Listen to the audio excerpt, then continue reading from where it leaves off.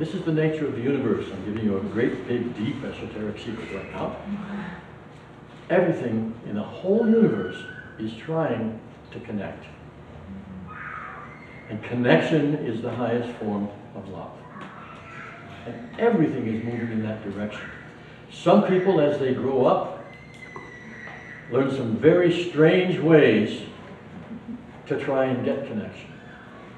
And they often don't work very well, but they keep using them because they don't know how to do anything else.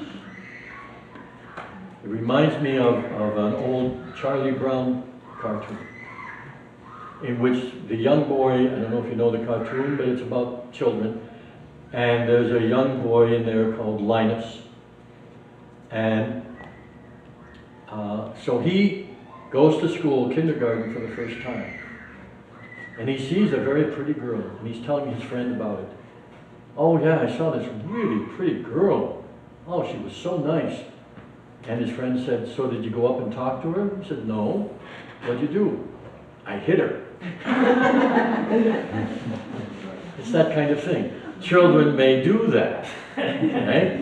It's the only way they can think of to make a connection. See? And sometimes people get into this kind of mode. They can't connect in a way that feels good, so they'll connect by getting attention. And they'll do crazy things to do that. All these people are hurting.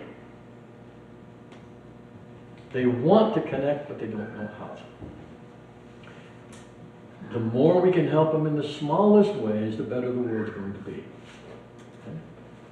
And it doesn't mean you ignore what they do. You have to do whatever is appropriate for whatever is done. But at the same time, you can bless that deep inner part of them that just wants to connect. Because it's with everybody and everything. I think it's just ignoring the bad things that they do, because you know,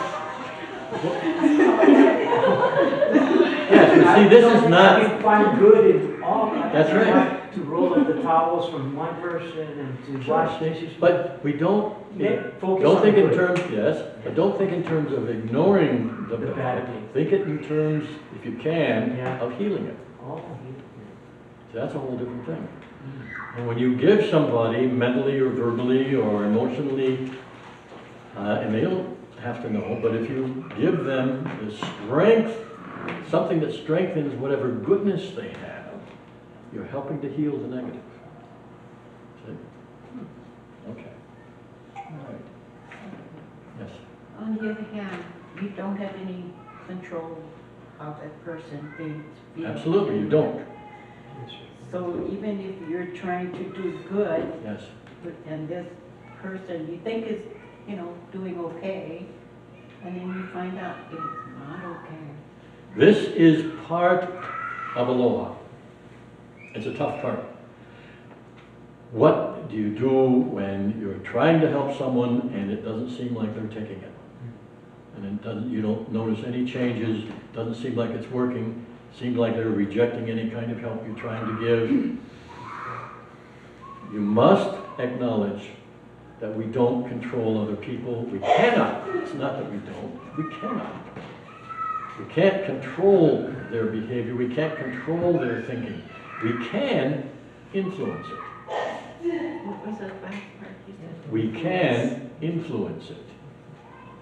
Which means by continually sending prayers for their goodness, or thoughts for their goodness, or blessings for their goodness, no matter what they do. I'm sending blessings to that person, they're not responding, send blessings anyway. It is hard. I'm not telling anyone that practicing this stuff is easy. It works, but it isn't always easy, right? And part of Aloha is the idea of tolerance. And that's one of the hardest things. We have to do whatever we have to do to deal with the behavior and thoughts and activities around us. We can also keep looking for the good, keep blessing it, no matter what, even in the worst kinds of situations. We have that power, and it isn't easy, but we have that power. And that's one thing I hope you don't forget. All right.